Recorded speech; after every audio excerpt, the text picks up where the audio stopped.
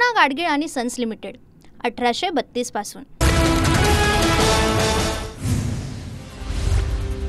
महादेवी हत्तीणीला आणण्यासंदर्भात फडणवीस मध्यस्थी करणार। सर्वोच्च न्यायालयात महाराष्ट्र सरकार पक्षकार होणार। बैठकीत निर्णय। तर हत्तीणीची निगा राखण्यासाठी डॉक्टरांचं पथक तयार करणार। महादेवी संदर्भातील बैठकीत फडणवीसांची माहिती।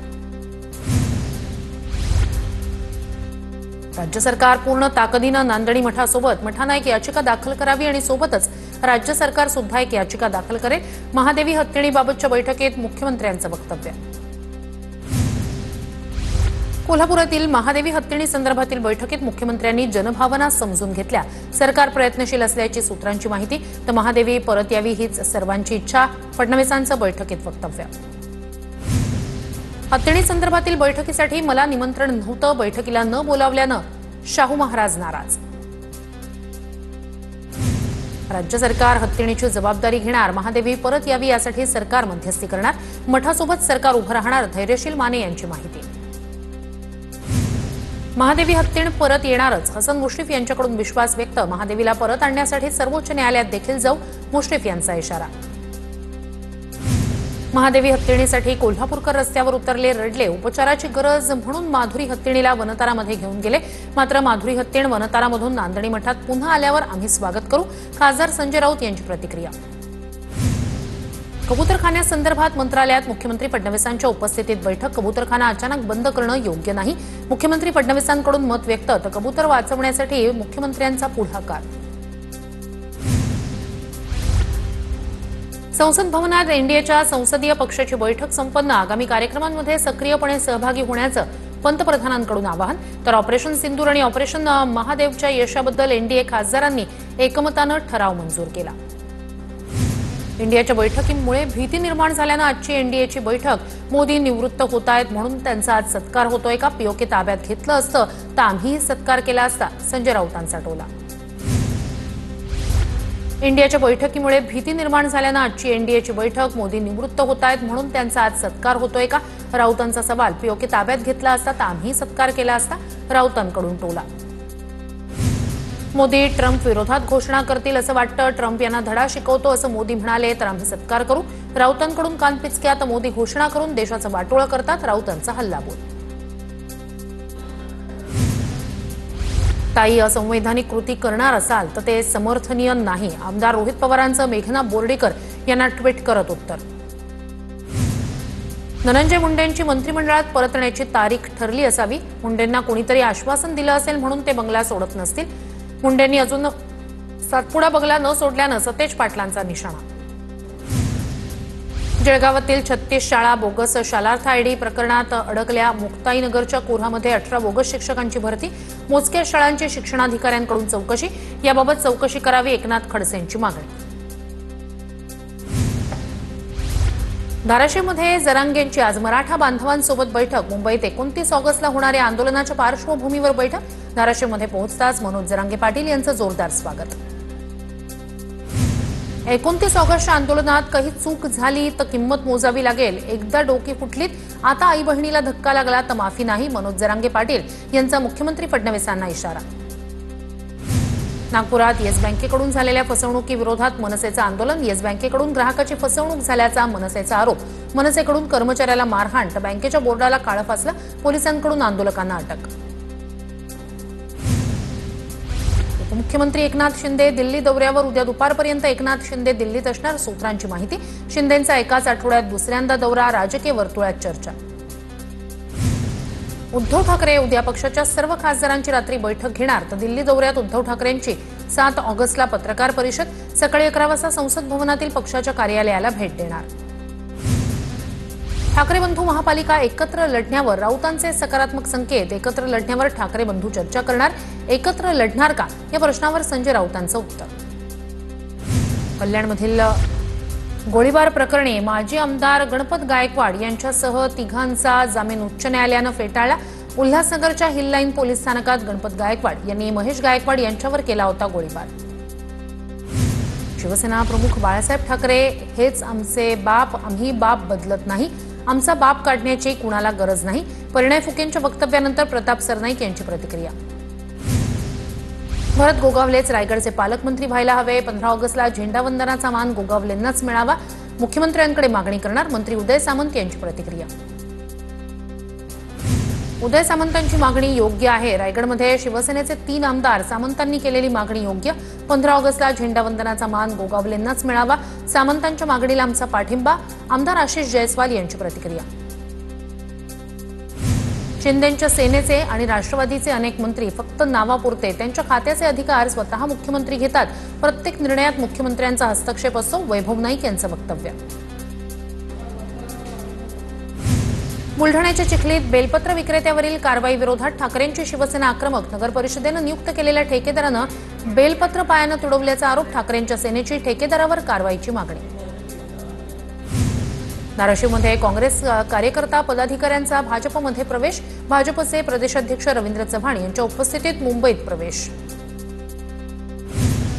पुणे खंडपीठाच्या मागणीसाठी सुप्रिया सुळेंचं मुख्यमंत्र्यांना पत्र. कोल्हापूरप्रमाणे पुण्यातही उच्च न्यायालयाचं खंडपीठ होणं आवश्यक. पुणे खंडपीठासाठी सुळेंची राज्य सरकारकडे मागणी. सर्वधर्म समभाव हा नपुंसक प्रकार. नाशिकमधील व्याख्यानात बोलताना संभाजी भिडेंचं वक्तव्य. सीझन नसतानाही भरपूर आंबे खाल्ले. भिडेंच्या वक्तव्यावर सरनाईकांची प्रतिक्रिया. तर भिडेंची भूमिका सकाळी वेगळी आणि दुपारी वेगळी असते. सतेज पाटील यांचा निशाणा. मुख्यमंत्री देवेंद्र फडणवीस यांच्या मतदारसंघात नळाला घाणेरडं पाणी. भाजपचे आमदार संदीप जोशींचं नागपूर पालिका आयुक्तांना पत्र. गुरुवारी गढूळ पाणी घेऊन आम्ही मनपावर येणार. संदीप जोशी यांची प्रतिक्रिया.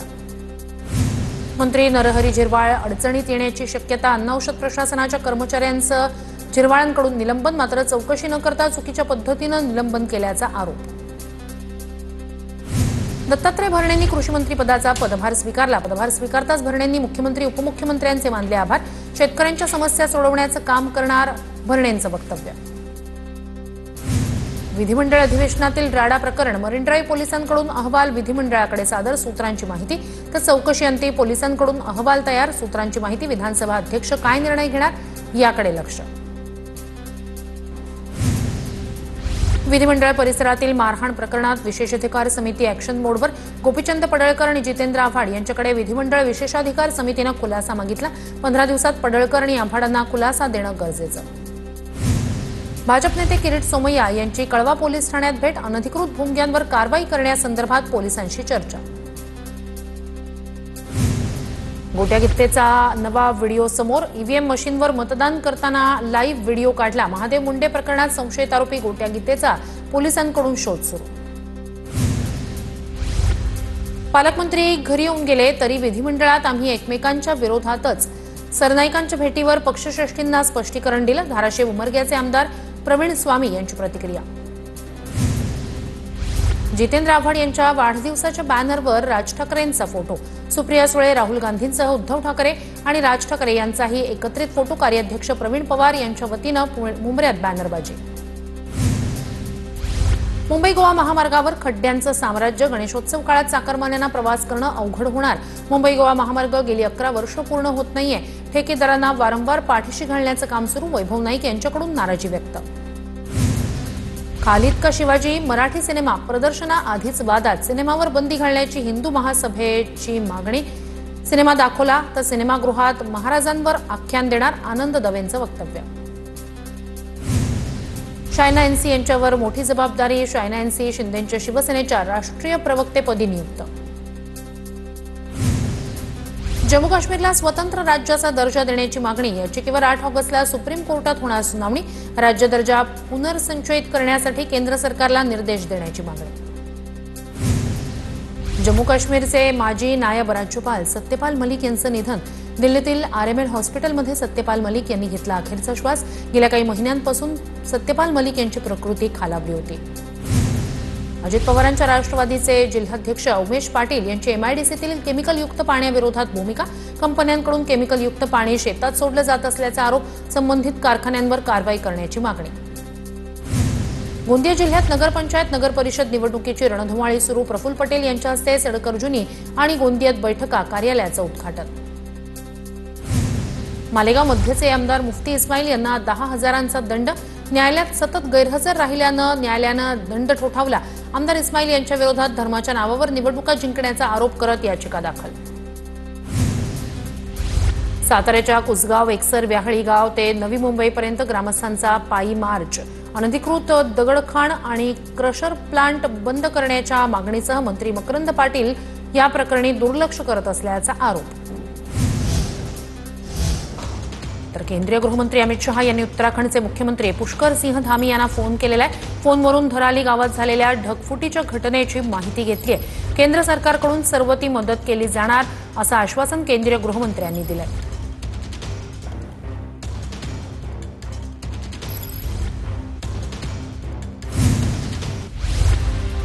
घाटकोपरमध्ये अमित ठाकरे यांच्या वक्तव्यानंतर SNDT कॉलेजच्या बाहेर बॅनरबाजी, मनसेच्या विद्यार्थी सेनेकडून बॅनरबाजी.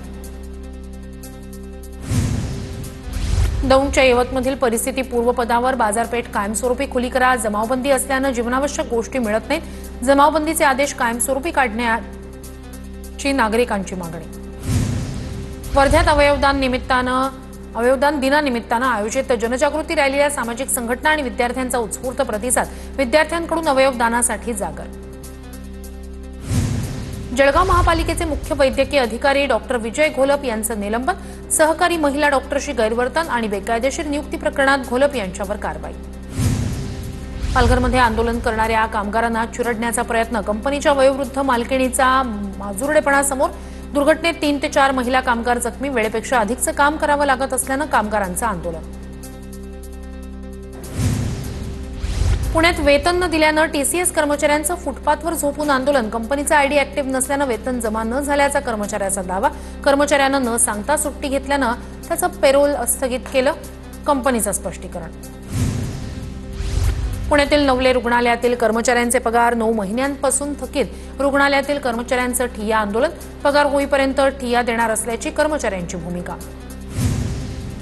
धुळे मनपाच्या कंपोस्ट डेपोमध्ये 300 किलोवॅट क्षमतेचा सोलार पार्क उभारला जाणार, प्रकल्पासाठी 2 कोटींचा खर्च अपेक्षित, सोलार पार्कमुळे महापालिकेची आर्थिक बचत होणार. पुण्यातील यवतमधील तणावानंतर जमावबंदीत शिथिलता, सकाळी 6 ते 11 वाजेपर्यंत जमावबंदी शिथिल करणार, 11 वाजल्यानंतर जमावबंदीचे आदेश पुन्हा लागू होणार. सोशल मीडियावरील आक्षेपार्ह पोस्टमध्ये निर्माण झाला होता तणाव. जळगावच्या सराफा बाजारात सोनं चांदीच्या दरात मोठी वाढ, सोन्याच्या दरात 1,700 रुपयांनी वाढ, सोन्याचे दर 1,02,000 रुपयांवर तर चांदीचे दर 1,13,000वर. पूना गाडगीळ आणि सन्स लिमिटेड 1832 पासून